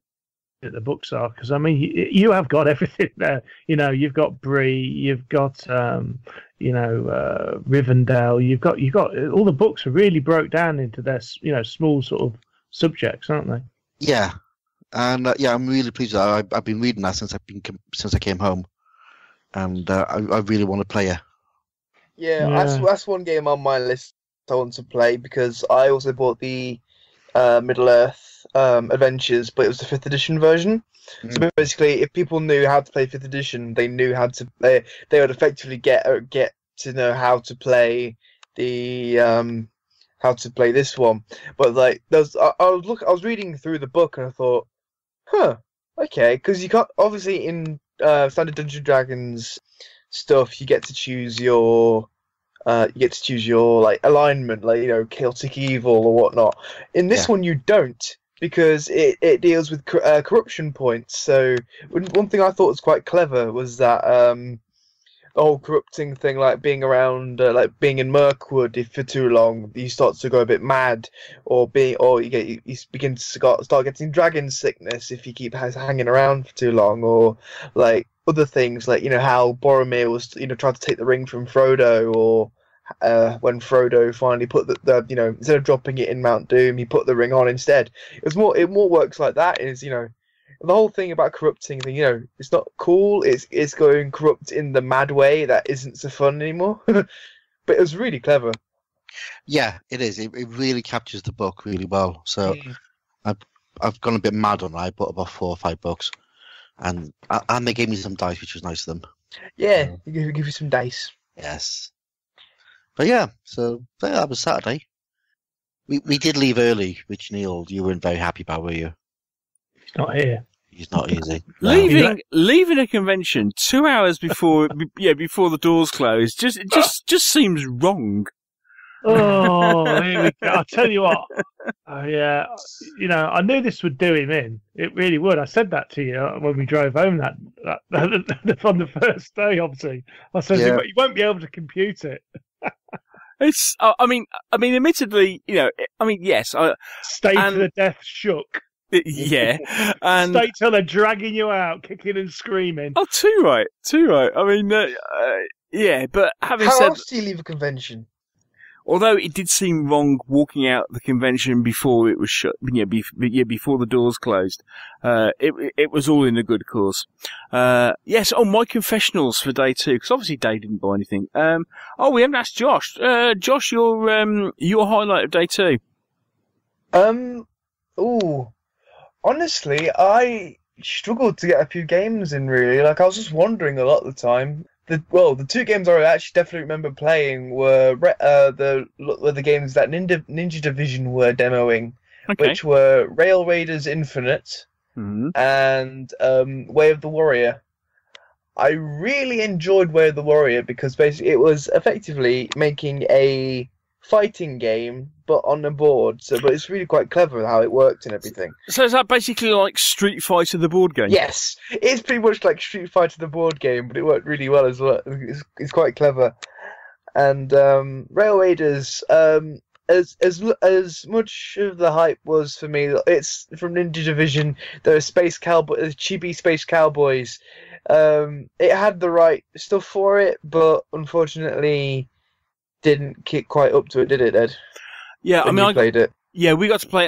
We got to play it on Sunday, and yeah, I thought, there's a lot of minis are very nice and this, that, and the other. There's just not a game there. It's especially compared to Colt Express, which obviously Josh didn't play Colt Express, but having played Colt Express, I mean, okay, Colt Express is it's a very similar game, but having said that, with Colt Express, they turn around and say, okay, yes, you're robbing a train, blah blah blah. It's £25.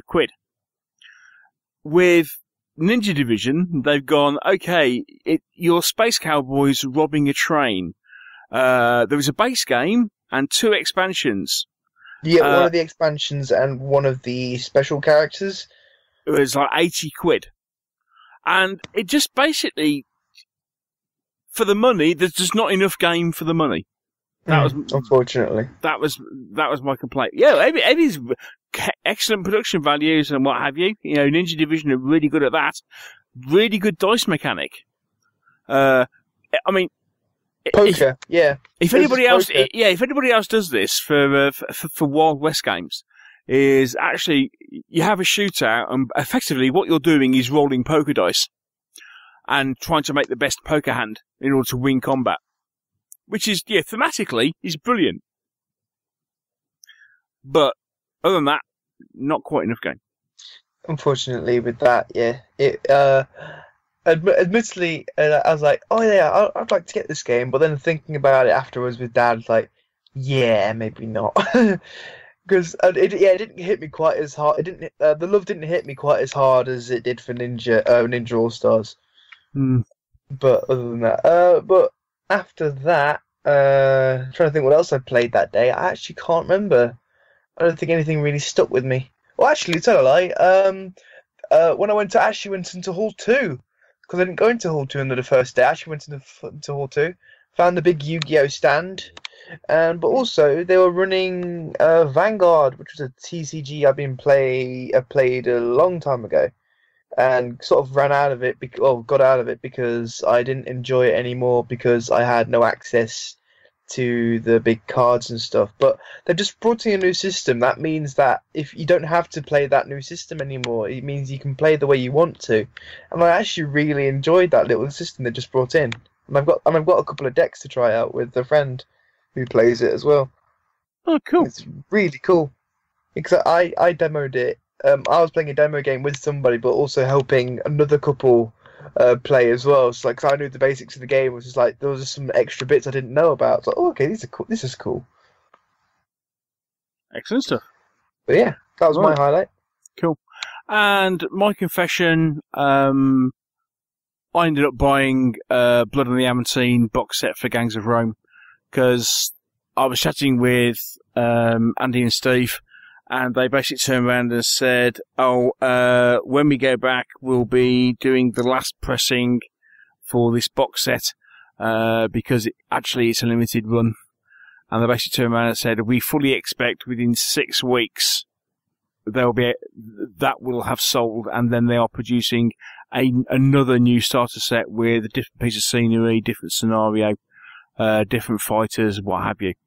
Nothing worse for Neil to tell him it's limited and it won't be ever again. That's it. Sold. So that was it. That was sold. So that's what I came out with on Saturday was the box set for Gangs of Rome. Which got the figures painted yet? No, I've been painting Samurai, mate. But I mean, admittedly, that was the one thing in the back of my mind going into the whole weekend was a case of if they, I might get a copy of that. But yeah, I succumbed and bought that. When Andy said, it's going to be sold out in a few weeks, it was like, I suppose I better buy it then. Because the temple's really nice. The temple in the box set is a really cool model. It's very good value. It's a good way of doing it. You've got the 6 figures in there, all the cards, the rules, nice bit of scenery. Yeah. And it was £35. £35. Yeah. Yeah. Yeah, it's excellent, really cool. Yeah. Okay, and then the last thing, the last highlight from Saturday was eating curry, which was a rather nice end to the evening. It's very nice curry. Mm-hmm. Very nice curry. Glad you enjoyed it. You could have come, but you didn't want to, Mr. Salty Boy. Oh. Moving I'm just going to stay away from that. Let's just move on. Moving swiftly on. Right, okay, so we're on to Sunday. So guys, highlights for Sunday. So coming into Sunday, there was one game I definitely had my eyes on to play. It was something that I think it was Ed on the Twitter feed had said. oh, get a game of this in. But I suspect it was also somebody else's highlight, so I shall let them talk about it. Ooh. That was a not so subtle cue, and he completely missed it. Whose cue is this? So Mr. Luff. He's typing. He's doing other things. No. I'm here. Yeah, come on. Well, go on then. Talk about it. Talk about what, Neil? Because I suspect it was your. I suspect it may have been one of your highlights of the day. No, I don't think it was. No. You don't think it was? Okay then. Well, I'll talk about it. Well, I just thought it was your highlight of the day because you ended up buying it. You know, that was all. Yeah. Okay, so game is Escape from Dark Castle. Very much on the lines of the old fighting fantasy books back in the day, isn't it? Really. Very much so. Very much so. That flavour. Yeah. You play normal person sort of thing as opposed to a hero. Escaping a castle. Effectively, you play through 15 encounters. And a boss. And then a boss. And if you defeat the boss, and everyone's... You escape from the castle. Yeah, and everyone's still alive at the end of the game, you escape from the castle. Lovely artwork, lovely production values, and a surprisingly good game. I mean, we only played... What? We played half game, didn't we? We played a half game, which took about 20 minutes, 25 minutes.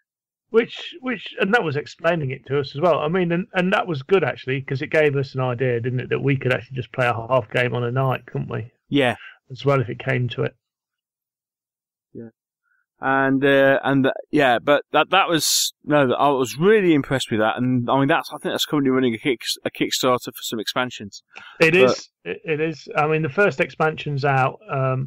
That's really, I suppose, why I ended up buying it, because Mr. Hickman and I were umming and ahhing whether to back it on the Kickstarter, and I was like thinking, well, if I can get it today, I will. But the standard got the base game, but they'd totally run out of the expansion, and it was then, when was it? Meeples Corner, wasn't it? I think it was, yeah. They had the daft thing was they'd brought the expansions but hadn't got the base game. So it was right at the end of the show, wasn't it, on Sunday, really? It was. I was running in the last 40 minutes, I was running from one end of the show to the other to grab the base game and then come back and get the expansion. It was like found the expansion. Hey, it's quite cheap. And Neil, hold on to that. I'll go and see if they've still got a base game at the on the main stand. Yeah. And lo and behold, they did. Yeah. But that was my highlight. Escape from Dark Castle. I'd have probably been getting a game in tonight if I wasn't doing this podcast. Yeah, I'd have definitely have had a game. I was going to say because you can play it solo, can't you? Yeah, solo. Yeah, Billy no mates. So yeah, cracking game that. They're like, the cards are all big tarot cards, aren't they? That's how it works. That's what tarot card size, aren't they? Yeah. Yeah.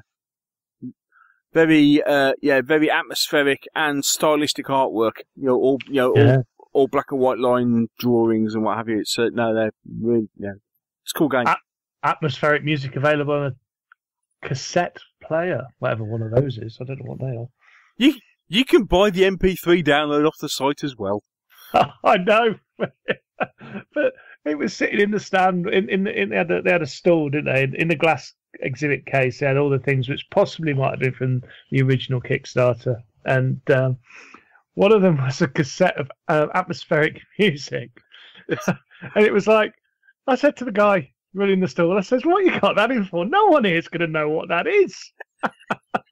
Which promptly one person that was playing the game in the next demo said, "Oh, I know what it is. I've got a recorder. It sits in my garage." Yeah, there's a reason why it's in your garage. I haven't seen one of those for probably 20 years. What a cassette player? Or a cassette? A cassette player. I've seen one. I keep coming across them going, yep, Yeah, can't play. Yeah, got nothing that'll play that anymore. Yes. Yeah, maybe it's the whole retro theme. I like it. Okay, so what was your so did you have a particular highlight of the day?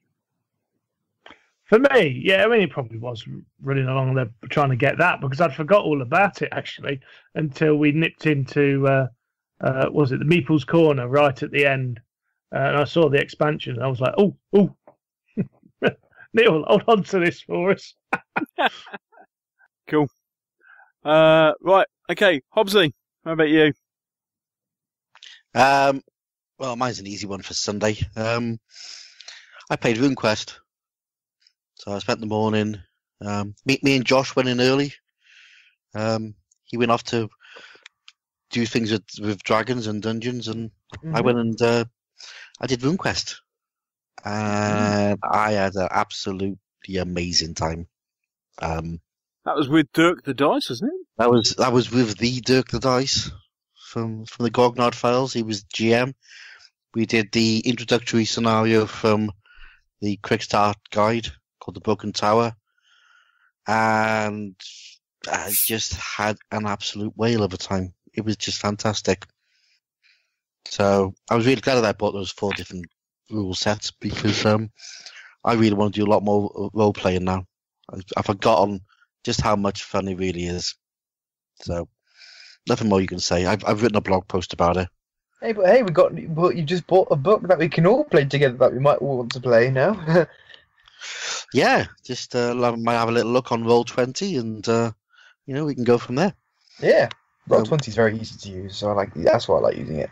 Yeah, and the thing I really liked about all those books I bought, I got 3 PDFs as well for each one. Oh, cool! Oh, very nice. Yeah, which is very, very cool. Apart from the Tones and Trolls, but that's not too bad. So yeah, that's my probably the highlight of the entire weekend. Actually, was playing that RPG session. Cool. Plus the curry. There were a few other small minor purchases. Just some minor ones. Yeah. Yeah, actually, a couple of them may have been on Saturday. Because I did pick up a scenery piece from Oathsworn. Oh, yeah. Of their sort of logo, which I'm going to use in the fantasy game, and Atlantis miniatures. Ooh! Oh yes, now they do some lovely stuff, and I got a. It's going to be the general for my dwarf army, but it's a little general of dwarf who is basically riding on the back of an armored bear. So you got this upright bear with this little stand on the back with this dwarf pointing his axe towards the front. Very nice. Yeah, he's gorgeous, and I was given a little present from Sean Randall, who's a listener of the show. Thank you, Sean. I sent him some dwarves a while ago, which I didn't want to use, and he bought me another one of the Atlantis miniatures figures of sort of female berserker dwarf, and again, she's gorgeous. So, yeah, a good time. They are fantastic miniatures. They're very reminiscent of the kind of older style GW dwarves, aren't they? Yeah, except they got knees. Yes, they got knees. Yes, quite. Yeah. They are rather nice. Well, I was just looking on Kickstarter, actually, funny enough. Escape to the Dark Castle. So this is the new part of their expansion. Yes. Still got 25 days to go. Yes. Their goal was £25,000. Yes. They've done that by a little bit. Yes. They're sort of on £101,000, £713. Oh, right. And they've still got 25 days to go. Yeah, so yeah. They've just about scraped through, the lads have. Good for them. Cool. Yeah, and so you can buy the whole shebang there. The past expansion and the all the new stuff because it got to and the base game and all the new stuff. Mm. Mm-hmm. And the whole lot will set you back about £80, wouldn't it? I haven't got that far, but I think that's what Mr. Hickman was saying. It is something like that. Yeah. So and there is a lot of game in there for £80. That's a lot of game. Cool. Right. So, Josh, what was your highlight for Sunday? I wish it was my role playing experience, but it really wasn't. I was really disappointed with my role playing thing because it just it wasn't good. Classic. Like one person's doing all the talking and everyone else is just letting him do it, and also the DM's letting him do it as well, which really got annoying. Oh right, so you just get one person dominating the entire group. Yep. And it's like, oh, for goodness sake. And it's, it was just like, by the time I try and say something, he's already like running 5 miles and like 20 miles an hour trying to just get in straight saying stuff. It's like, because obviously a couple of them are, but that wasn't the only thing. Like the also thing was like, a couple of them had played in the Epic, in the Epic on the Saturday night. Yeah. And so that their characters were all at level 4 and stuff. Which is pretty decent. And then there were three of the guys were level 4 because they played in the Epic before. But then the other 3, which is including myself and 2 other guys who were given pre-generated characters, were all at level 1. All right, so the level disparity between 4 and 1 is quite large, isn't it? It is massive. It is massive how big the space is between level 4 and level 1. And basically, in the first bit of combat we did, like I was actually beginning to do something. I got excited because I was following a trail of tracks. Like I actually got excited. Almost fell into a trap, which I didn't. And then this red cap comes out of nowhere and then one shots me because all my hit points were 8. Whilst other people's are 35. Right. And literally, all that happened was I got one-shotted, got stabilized because someone gave me a health potion, stood back up, and then got attacked again and got a one-shot again. And it's like, yeah, I'm not doing it. It's like, why?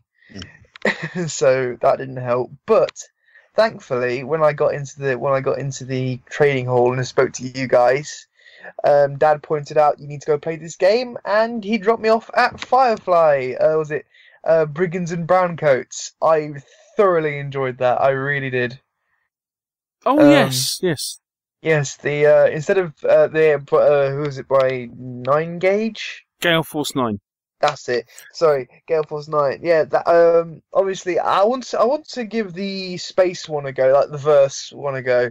But the Brigands and Browncoats was really good. I really enjoyed playing it and stuff. Just playing with the characters and whatnot. And the scenario that was there is like it was all right. It's just the fact it sort of puts you up to lose, but it was good. I enjoyed it.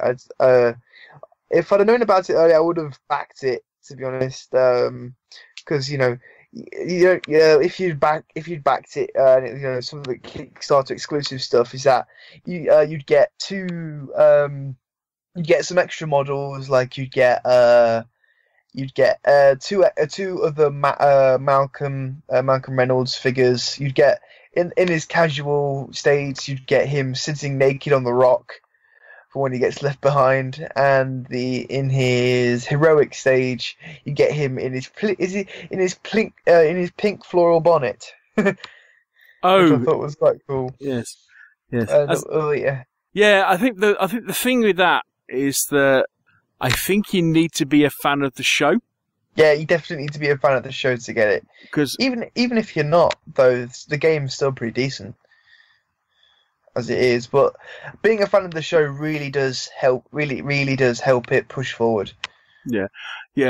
And, I mean, I thought there's some interesting mechanics. I thought the way the time mechanic worked on that was really interesting. Mm.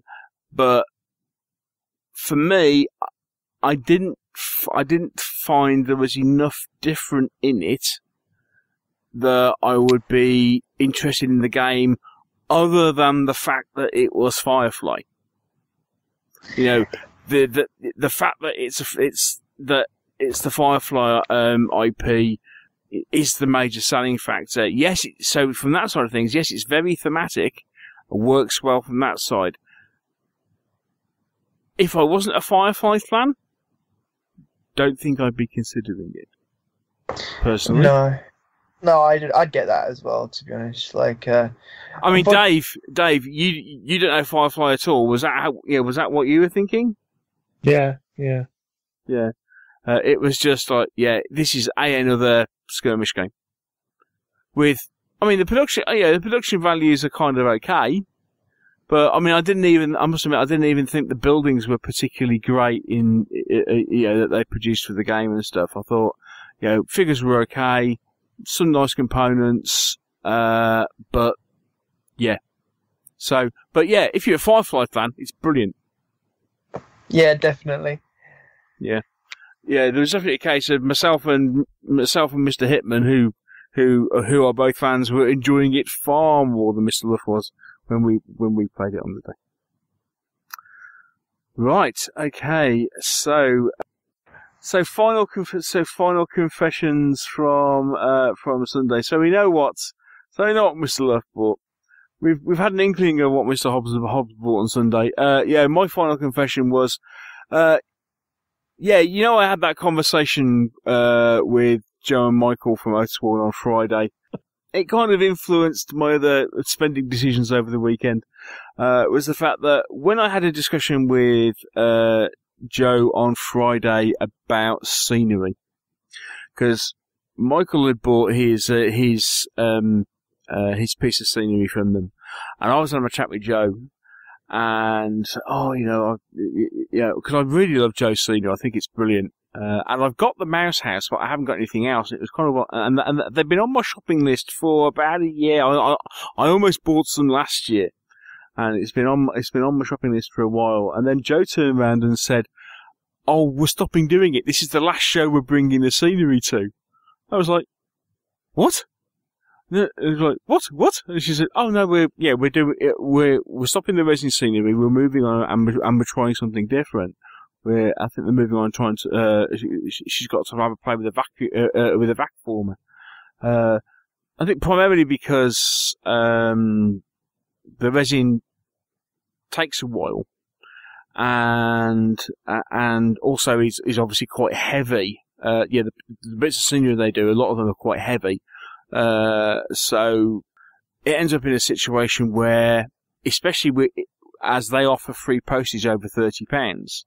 They end up in a case of they're sending heavy boxes and paying the postage bill. So they've decided, okay, we're not going to do resin scenery anymore. I think actually the real reason is this piece of scenery they've done in the latest Kickstarter, which is like a stained glass window, has been such a pain. I think it's just finished them off. Because apparently it's been a real pain in the neck to produce this last piece of scenery, which unfortunately I missed because I didn't order it. So my confession was I bought I think pretty much one of everything that I didn't have of the Burrows and Badger scenery. So that was my Sunday. It did look nice though. Oh, it's lovely and heavy. Yes, it's solid. Yes. So that was it, and so it all rolled up at 4 p.m. and off we went our separate ways. There was hugs, tears. Yeah. So, would you go again? Yeah. Damn right. And for 3 days. And I'll stay in Leicester. Yeah, I mean, I think it was nice that we did a meet up with people every day, which is really cool. Thank you to everybody who came to say hello. That was actually nice, like, just taking a bit of time out, having a sit down and having a chat with people. I think by Sunday, by the time we got to 3 o'clock on Sunday, I think we were all ready for a bit of a sit down. We were going to, I think all of us kind of like started to hit a wall. All of a sudden it was like, oh, hang on a minute, we're about done. Yeah, pretty much. Yeah. Highly recommended as a show. Really good time. I suspect it's only going to get bigger. So it'll be really interesting to see what they do next year. But that means that actually, you know, you do have to plan a bit. You do have to kind of decide what you're going to do, what you want to go and see. I mean, on day 2, I got given a flyer for, was it Tales of the Northland, which is the Nog in the Nog board game, which I think is, which is just finished on Kickstarter, I think. And I thought, I've got to get a game of that in, and just didn't happen. So I think you've got to have, let's say, some idea of what you want to do, but give it a go. I think, best event of the year from a show point of view. Yeah, really professionally ran, lots of space, everything's thought about. You can't ask for more, and it's just the buzz and the demographic of people who are there. It will just open your eyes. Yeah, and you know, so I think 3 days, 30 quid for a ticket for 3 days. Yeah, brilliant entertainment, well worth it. Parking was £18 for 3 days. Yeah, it's a steal. That's not too bad at all, is it? Mm. Cool. And there's lots of parking and little buses to take you from the car parks into the hall. Can't ask for more. For everybody who's just bought 300 weight a book. Yeah. Always useful. Excellent stuff. Yeah. All good. Cool. So that was our view of the UK Games Expo. Hope, I know we've gone on a bit about it, but I hope you found that interesting and informative. Right, so we'll take a quick break, and then just before we go, I believe Mr. Hobbs has a couple of items he wants to cover.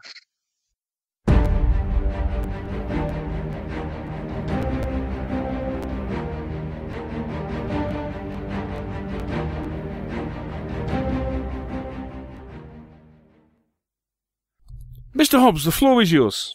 Thank you, sir. Right, I just wanted to give a couple of mentions of people. First of all, James Crate, who is a listener of the show. He sent me a load of really interesting information on Bag to Hun, and he's going to write up a scenario for possibly the Christmas Lardy special based in Malta. And he also let me know about some a film called Topside Minis, who basically it's almost like pictorial views of ships from World War II in 1:220 scale. So it means instead of having to buy ships and paint them, you can just download, or you can buy these sort of printed out cards, put them on a little bit of MDF, and you've got a ship. Oh, cool.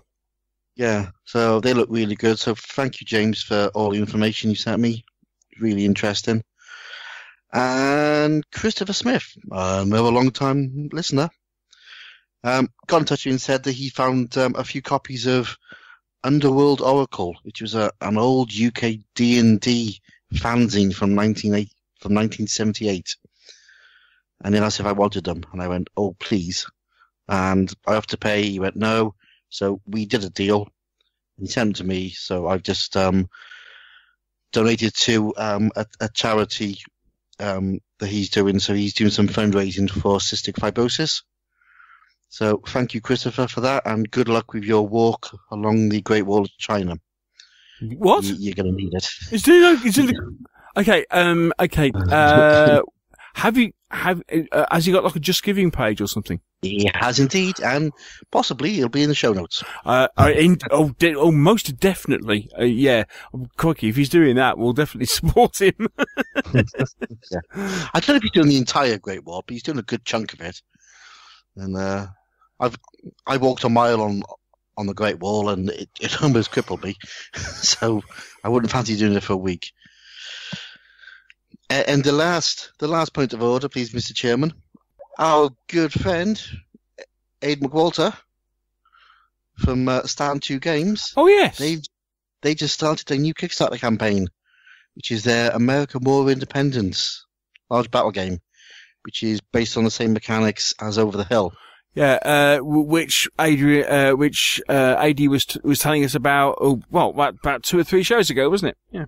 Yeah, when he came on. So yeah, that's up on Kickstarter. So if you're into American War of Independence, go and have a look at it. Indeed. And, on that note, I mean, Plastic Soldier Company have just launched, a Kickstarter, which is running for about 20 days, I think, for a new Command & Colours edition, Command & Colours, called Red Alert. So it's Command & Colours Large Space Fleet Battles. Which looks interesting. We saw it, didn't we? We walked past him and bloody that's a big board. Indeed, because the first thing we did was say, so this is a blown up display. Yeah, this is a blown up display version. And they went, no, this is what you get. I was like, it's not a board game. Yes. I think the one thing with that, it looks great, but you might be struggling to get it on your kitchen table. I'm sure it'll fit. It looks about 4x3. Yeah, it'll be fine. Yeah. Yeah. Cool. Right then, gentlemen. I think we're about done, unless anybody else has anything to raise. I'll take that as a no. Right. Mm-hmm. Okay, so all that remains to be said is to say thank you for joining. Thank you to joining us. Thank you to the Cheeky Samurai. Thank you. I thank you for having me. It's been good to have you back on, mate. Thank you to the great Guru Luff for gracing us with his presence. Yeah. Oh, yeah. Cheers, guys. I'm so tired. I think now it is the great Guru Luff, aka Bagpuss. I think. so tired. Time for bed, said Zebedee. And yes, thank you to the Welsh Wizard himself. Thank you, Michael. Thank you, Neil. Thank you to the Meeps. Thank you, everybody. Yeah. Onwards to show 250. Onwards to show 250, yes. Last thing is, obviously, this is episode 249. Episode 250, which we will be recording, around about the, hang on, where are we? 20th of June, we will be recording episode 250. That will be our, that's our big Q&A show. So, we've already said, if you've got any questions for us, please email them in, tweet on Facebook, just let us have any questions that you want to ask us for show 250. And then we are just to remind people, we are taking, we're having a summer holiday. Sabbatical. Something like that. We're taking 2 months off. So there will be no Meeples and Miniatures during July and August. We will Spring break. We will be back in September. What do you mean? What are you cheering about a break? What are you cheering for, Dave? I know. Back on one show and he's had enough already. Oh, dear me. Absolutely exhausted, shattered. I'm shattered. We'll see you at Christmas then, Dave. It's all the emotion. You don't get it, guys. You've got to put your heart and soul into it. I feel emotionally drained. It's been a long weekend. Pray for Dave. Pray for the Guru. Indeed, yes. So, thank you one and all. Thank you for listening. Thank you. We've got listeners. Yeah, it's you amazing. never told me that, Neil. You just thought it was just us talking. Yeah. Thanks to everybody who said hello at the Games Expo. It was great to meet everybody. Thanks for listening. Happy gaming. We'll catch up with you. Episode 250 in a couple of weeks. Bye. Can I go to bed now? Before you go, Dave, can you just say one thing for me? Come on. say roll good dice. Roll good dice. Is that in particular? Why? Is that a private joke that I don't know about? Now say it again without Neil laughing over you. Roll good dice. Thank you.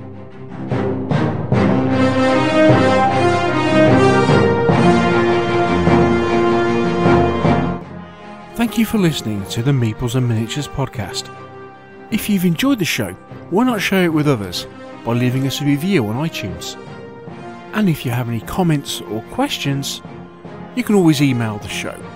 The address is info@meeplesandminiatures.co.uk. And you can also visit our webpage, where you'll find a complete episode archive, all the View from the Veranda podcasts, rules reviews, and our blog of hobby items and news, which is updated several times a week. This is also where you'll find the links to our presence on social media, and here you can follow us on Twitter or join our Facebook group. And finally, here you can also find details should you wish to support us by making a donation to the podcast. All this on the Meeples and Miniatures website, www.meeplesandminiatures.co.uk. The Meeples and Miniatures podcast is licensed under a Creative Commons Attribution, Non-Commercial, No Derivatives 3.0 Unported license. Thanks again for listening, and we'll see you in a couple of weeks.